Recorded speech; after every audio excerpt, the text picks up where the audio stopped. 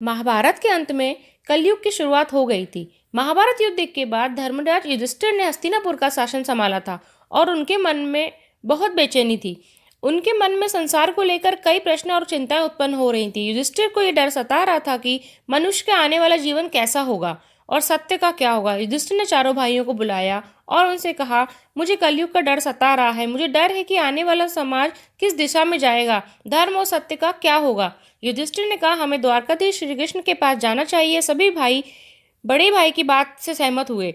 सभी भाई द्वारका नगरी पहुंच गए और श्री कृष्ण से मिले, उन्हें प्रणाम किया। युधिष्ठिर ने कहा, माधव, मेरे मन में कलयुग को लेकर बहुत जिज्ञासा उत्पन्न हो रही है और मन में कलयुग को लेकर एक डर भी है। कृपया हमें बताइए कि आने वाला कलयुग कैसा होगा, उसका आचरण कैसा होगा, वो किन कर्मों में लिप्त होगा, उसका स्वभाव कैसा होगा। श्री कृष्ण बोले, मैं तुम्हें इसका सीधा उत्तर तो नहीं दे सकता, लेकिन हाँ, तुम पांचों भाई वन में जाओ और तुम्हें जो भी दिखे वह मुझे आकर बताओ। मैं तुम्हें इसका प्रभाव कलयुग में क्या होने वाला है बताऊंगा। इसके बाद पांचों भाई वन में अलग अलग दिशाओं में चले गए। उन्होंने एक सारी आश्चर्यचकित चीजें देखी और फिर शाम को श्री कृष्ण से अपने अपने अनुभव बताए। श्री कृष्ण ने युधिष्ठिर से कहा, बताओ तुम्हें जंगल में क्या देखा। युधिष्ठिर ने कहा, मैंने 2 सूंड वाला हाथी देखा। श्री कृष्ण ने कहा, यहाँ ऐसे लोग शासन करेंगे जो दोनों ओर से शोषण करेंगे। ऐसे ही लोगों का कलयुग में राज होगा। अर्जुन बोले, मैंने जो देखा वह बहुत आश्चर्यजनक था।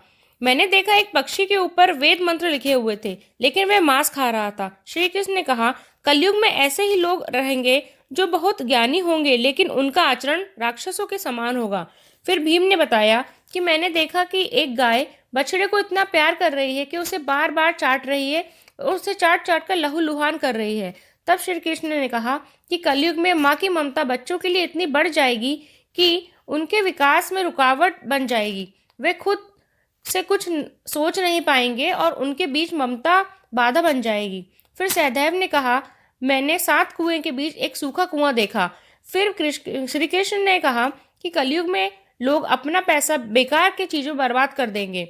वे देखेंगे तक नहीं कि पड़ोस में कोई भूखा सो रहा है। नकुल ने कहा, मैंने एक चट्टान से बड़े पत्थर को गिरते हुए देखा जो सभी बड़े बड़े पेड़ों को नष्ट करता हुआ गिरता चला आ रहा है, लेकिन वह एक छोटे से पौधे के पास आकर रुक जाता है। श्री कृष्ण ने कहा, कलयुग में लोगों का ऐसा ही पतन हो जाएगा, लेकिन वह एक छोटा सा पौधा हरि भजन के समान है। मतलब कलयुग में हरि भजन, हरि कीर्तन करने से मोक्ष की प्राप्ति होगी।